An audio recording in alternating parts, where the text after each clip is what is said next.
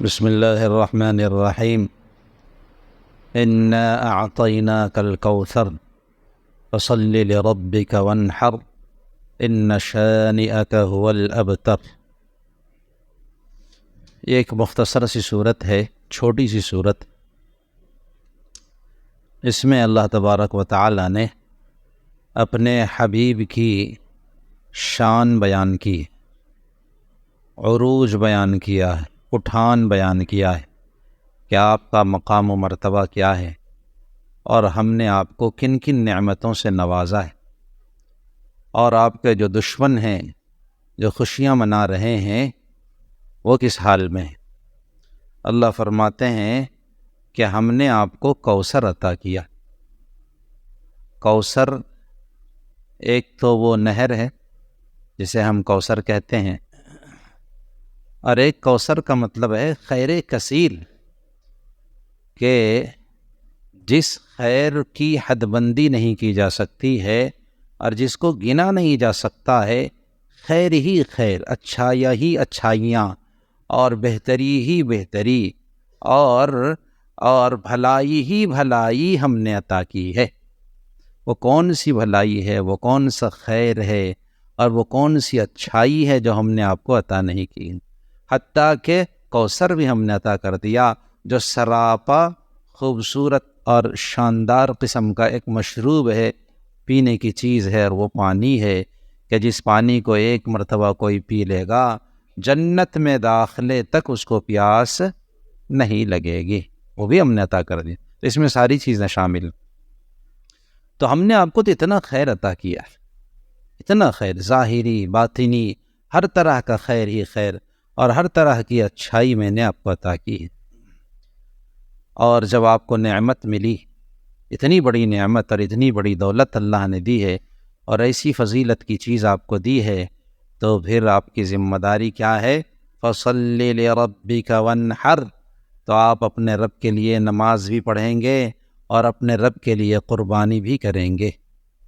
یہ شکریہ ہے، رب کی عبادت کی طرف آپ منہمک ہو جائیں، رب کی عبادت خوب کریں، اور رب کے نام پر آپ جانوروں کی قربانی کریں۔ یہ حکم ہو گیا۔ اس کے بعد فرمایا کہ دشمن تو بڑے خوش ہیں کہ نبی تنہا ہیں، بیٹیاں ہیں، بس بیٹا تو کوئی ہے نہیں، نسل چلے گی نہیں، بات ختم ہو جائے گی۔ ان شانئک هو الابتر، آپ کا دشمن ہی ناکام و نامراد ہے۔ آپ کو تو اللہ نے خیر ہی خیر دیا ہوا ہے، آپ کا دشمن ہی ناکام و نامراد ہے۔ تو ظاہری طور پر بھی نبی کو خوب ترقی ہوئی، اور باطنی طور پر بھی نبی کو خوب ترقی ہوئی۔ ظاہری طور پر آپ کی اولاد کی کوئی کمی ہے، اور سید زادے نہیں ہیں دنیا میں، بے شمار ہیں، دیکھیے ظاہری طور پر۔ اور باطنی طور پر اللہ نے جو نبی کے یعنی نبی کے ساتھ جس چیز کو مبعوث کیا تھا، اور نبی کو جس کام کے لیے مبعوث کیا تھا، جس نعمت کو اللہ نے دنیا میں نبی کو دے کر کے بھیجا تھا، اس نعمت کا حال یہ ہے کہ پوری دنیا میں ہر جگہ ان کے امتی، ہر جگہ ہی ہیں۔ تو دیکھیے، اور دشمن آپ کا ناکام ہے۔ ابو جہل کی اولاد کو بتا دیجیے، ابو جہل کی اولاد کہاں رہتی؟ ابو جہل کی اولاد کا پتہ ہے آپ لوگوں کو؟ ہے؟ اور اگر ہو بھی نہ تو نام نہیں لے گا ابو جہل کی اولاد نہیں۔ تو ظاہری طور پر بھی اس کی کوئی ترقی نہیں، اور باطنی ابو لہب کی اولاد کو کچھ پتہ ہے؟ ابو جہل کی اولاد کو کچھ پتہ ہے؟ کچھ پتہ نہیں، سب ختم ہو گیا معاملہ۔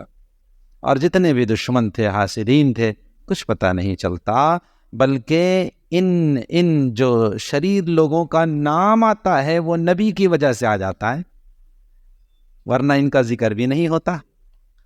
تو اس لیے اللہ نے جو خیر اور جو نعمت اور جو اچھائیاں آپ کو عطا کی ہیں، اس کے مقابلے میں ساری چیزیں ہیچ ہیں، اور دشمن ناکام و نامراد ہے۔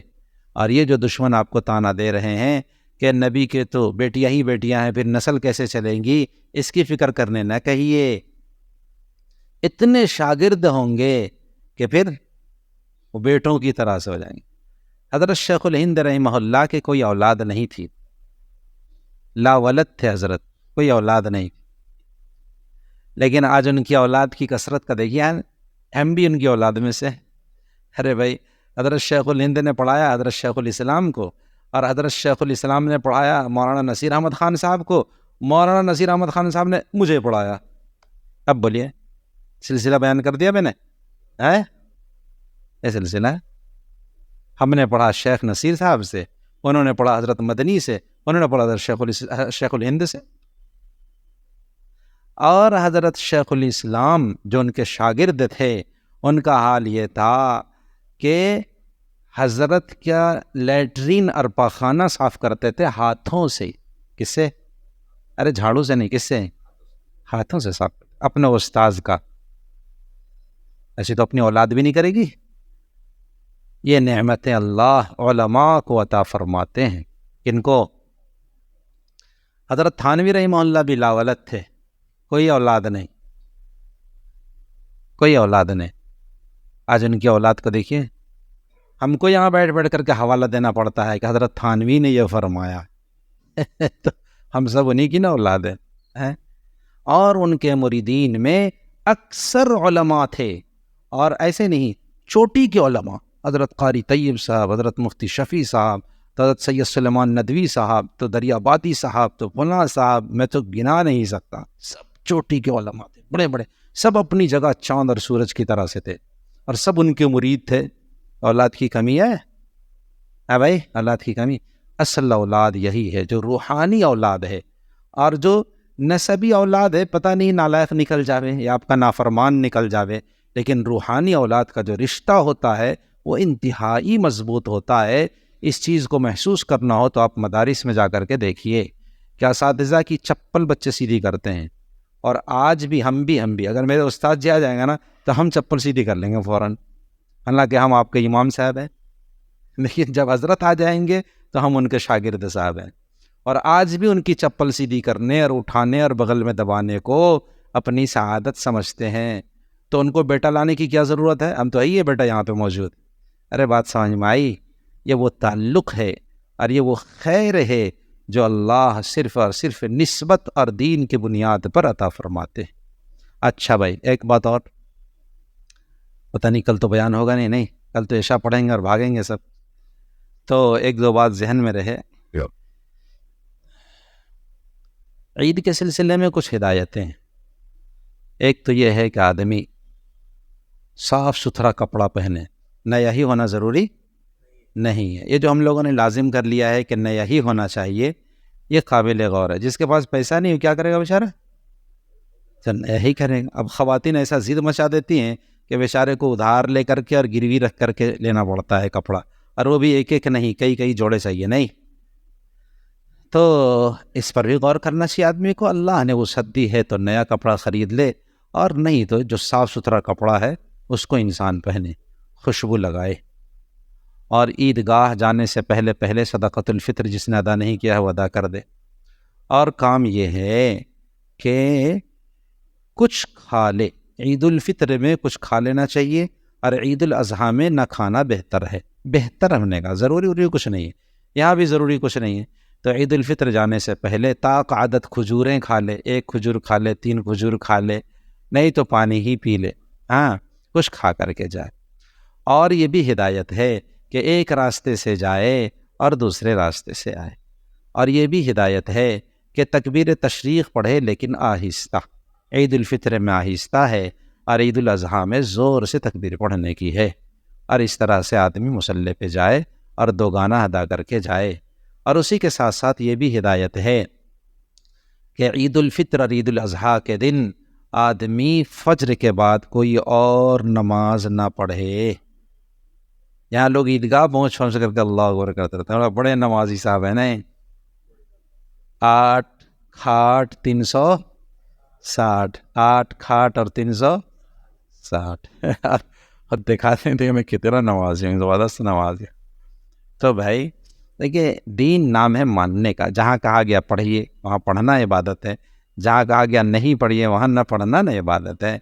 عید الفطر کے دن روزہ رکھنا حرام ہے. اگر کوئی روزہ رکھے تو اس نے گناہ کیا. اب بتائیے حالانکہ روزہ رکھنا کتنی بڑی عبادت ہے. کیوں گناہ ہوا؟ اس لیے کہ اللہ کا حکم یہ تھا کہ روزہ نہ رکھو، اس نے حکم کی پابندی نہیں کی، اس لیے وہ گنہگار ہوا۔ اتنی بڑی بات۔ انا کوئی بولے گا کہ میں کوئی گناہ تھوڑی کر رہا ہوں یار، روزہ ہی تو رکھ رہا ہوں۔ ارے گناہ یہی ہے کہ تم اللہ کا حکم نہیں مان رہے ہو۔ روزہ رکھنے اور نہ رکھنے میں تھوڑا ہی کچھ رکھا ہے، اللہ کا حکم ماننے میں اصل رکھا ہے۔ تم اللہ کا حکم نہیں مان رہے ہو، یہ ہے مسئلہ۔ یہ پوائنٹ لوگ نہیں سمجھتے ہیں۔ تو بھائی عیدگاہ سے پہلے عیدگاہ میں جا کر کوئی نماز پڑھنے کا حکم نہیں۔ کسی کی نماز چھوٹ گئی فجر کے، اللہ بندے گھر سے پڑھ گیا، یہاں کھائے کو پڑھ رہا۔ تو اس کا بھی خیال رکھیں آپ حضرات، اور وقت سے پہلے پہنچنے کی کوشش کریں۔ اللہ ہم سب کو عمل کی توفیق عطا فرمائے۔